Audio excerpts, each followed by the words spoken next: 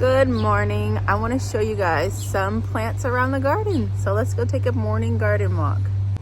So let's head this way. I picked this up last night. This is a Thai giant elephant ear. Let me step back so you can see how big it is. Huge. It does have spider mites.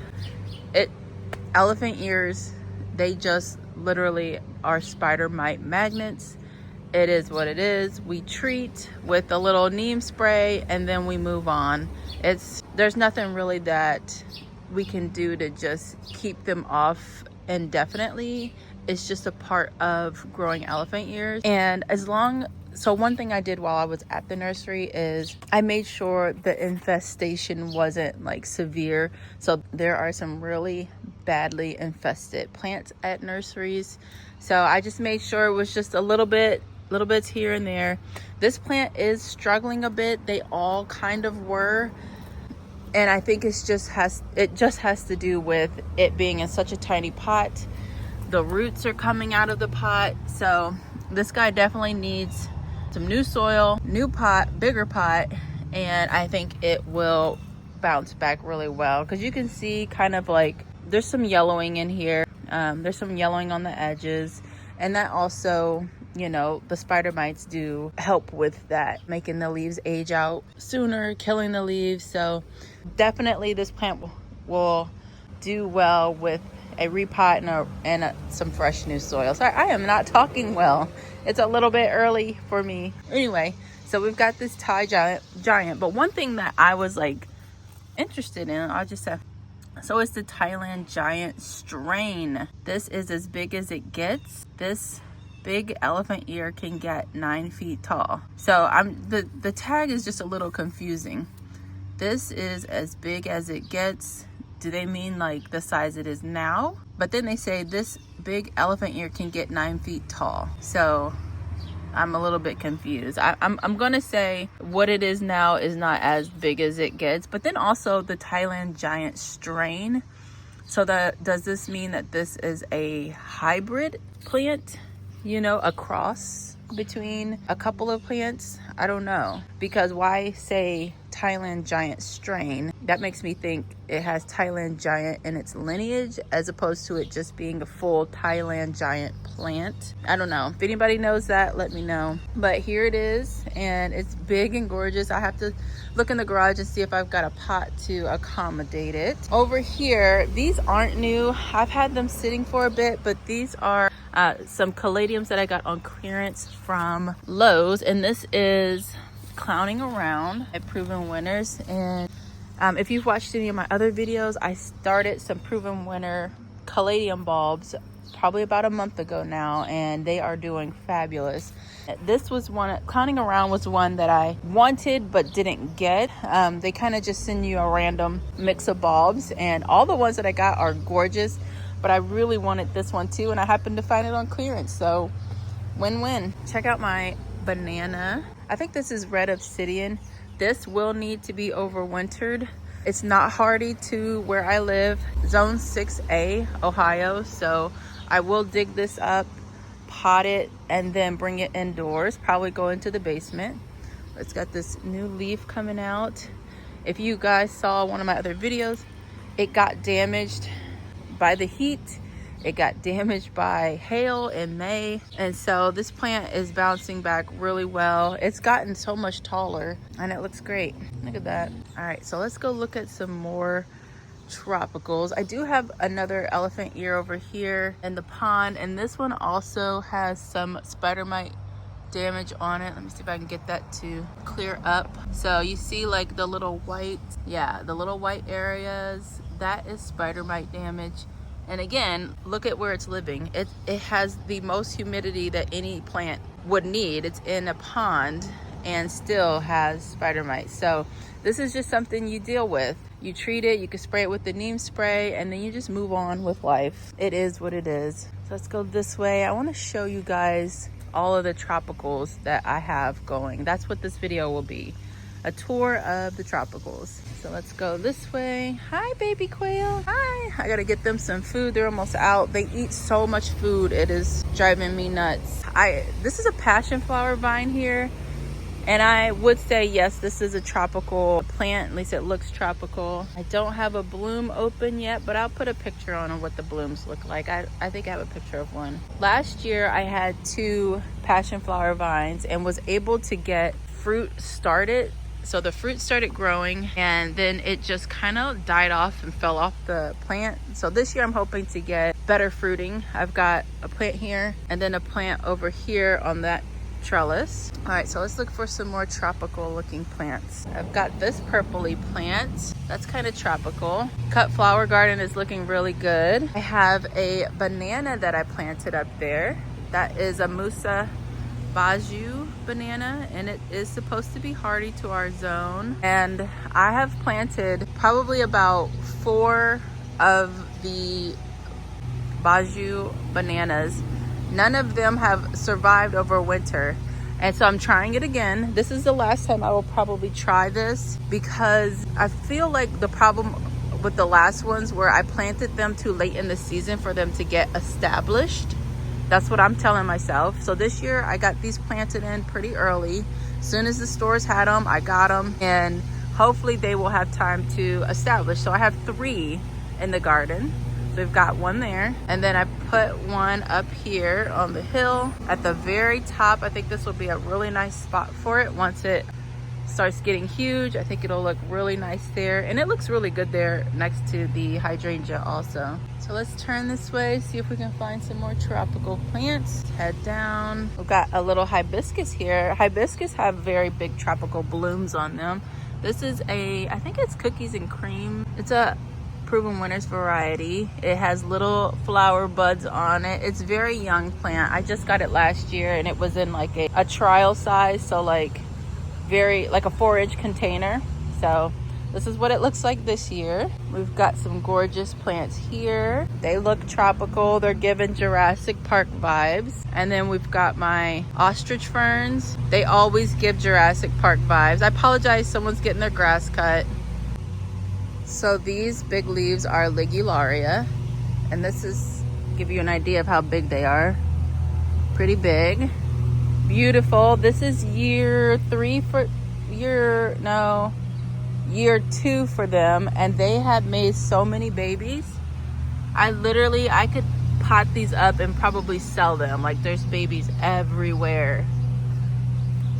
Just like Brunnera, these guys put off so many offspring. And this is a weed, pretty tall weed at that. See if I can get this out. Oh, I broke it. Hate when I break them. All right, I'll collect that later. So let's head this way.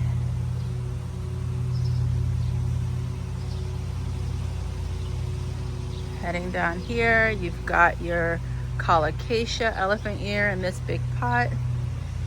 I've got my palms. We haven't done an update on the palms yet. They're doing pretty good.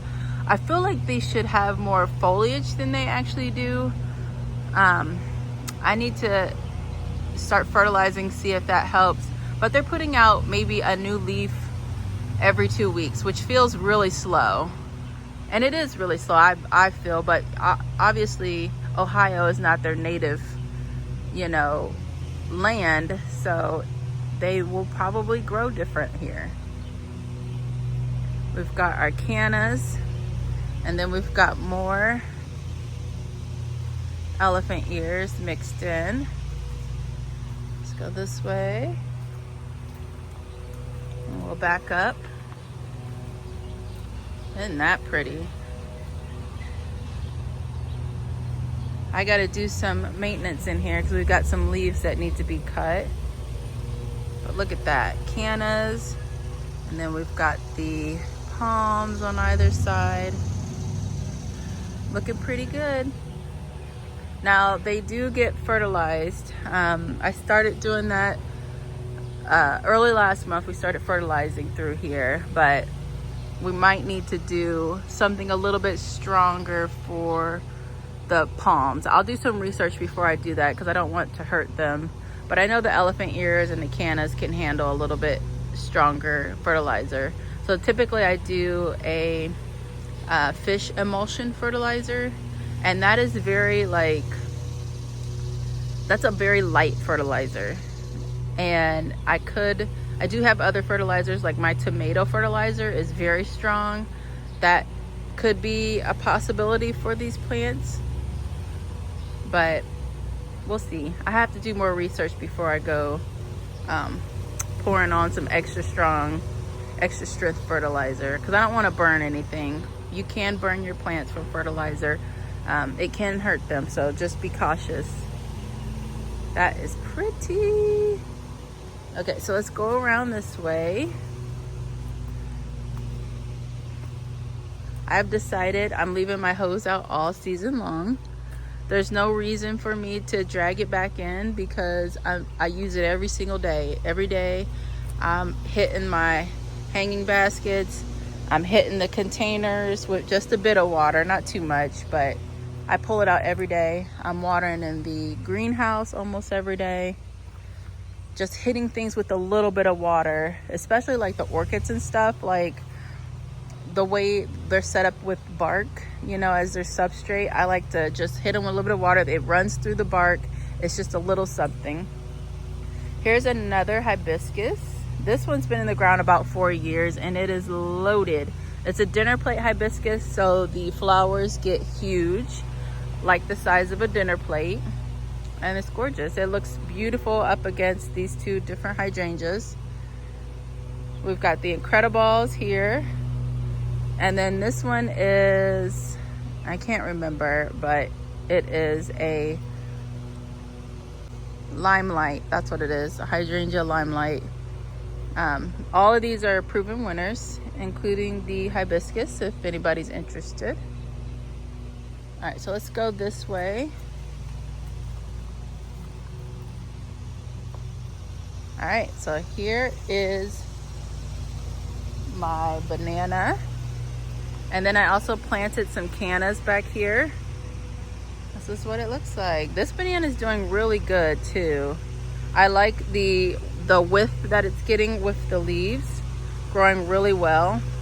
And then the cannas are doing pretty good too. This one, I need to get this in the ground. It's looking so bad. I'll do that here like maybe today.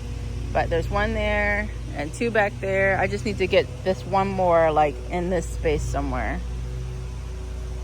Looking gorgeous.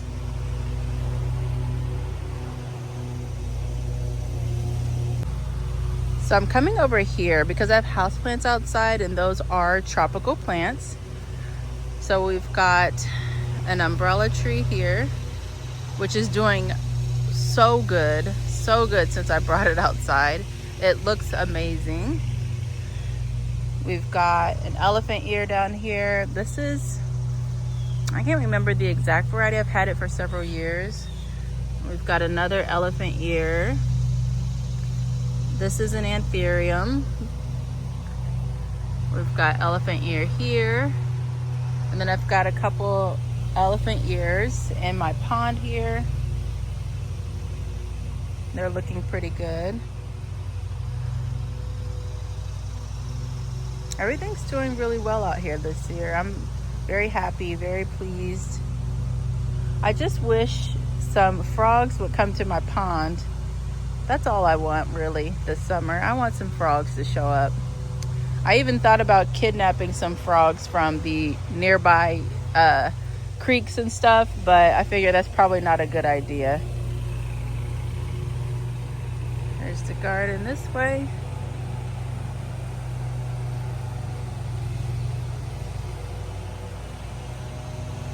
All right, let's go into the greenhouse for a second. So here's where I'm keeping a lot of my house plants, a lot of specific house plants. So Hoyas, orchids, couple of philodendron, monstera, you know, just a few select things. We've got some caladiums in here that I started from tubers with you guys. But my main goal out here is I want to see my Hoyas take off in growth. I want to see my carnivorous plants do well. I want to see my anthuriums bloom so I can cross-pollinate them. and get some seeds. I want to see my orchids do well out here too. My only thing is like when it's time to bring them indoors, you know, they are going to struggle. They'll probably drop some leaves, and hopefully it's not everything that they grew while they were outside. You know, that's always the worry for me, is like when you bring things outside, they're super happy, they're growing well, and then you bring them indoors and everything inside is the opposite of the outside and what they're getting. So you may experience leaf drop, you know, your plant not doing well, not looking well. So hopefully we won't have that issue, and things will just continue on, or just go into a dormant state where they're not growing as much, or they're growing really slowly. That works for me too, as long as they don't lose what they put on for that season. Here's an orchid up here that I'm working on. I started last night, took it out of its pot, and then I noticed it's got some new growth coming on here, which I'm really excited about. I'm gonna put it into some new substrate. It's been out, this one's been outside for just a little bit. You can see a little growth nub there, and all the roots are doing something. So, and then up here too, we've got a little bit of growth on that stem. So yeah, I'm really happy. Everything's doing well out here. Very excited.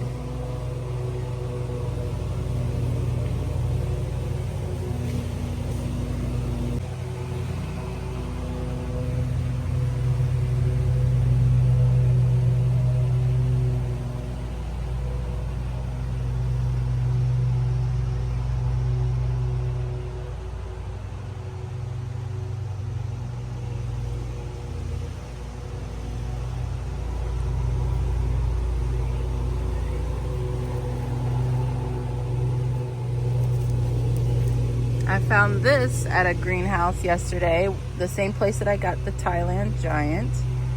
And this caladium, I'm so excited about it. It's gorgeous.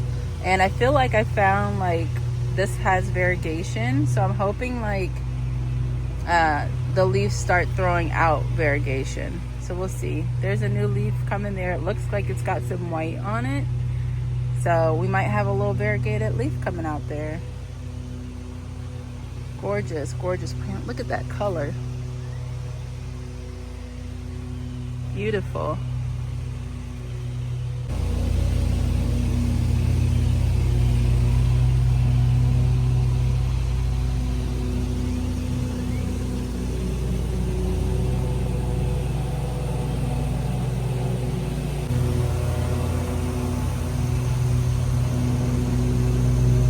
What are you doing?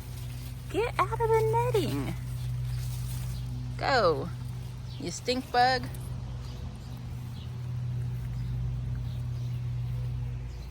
What are you guys doing?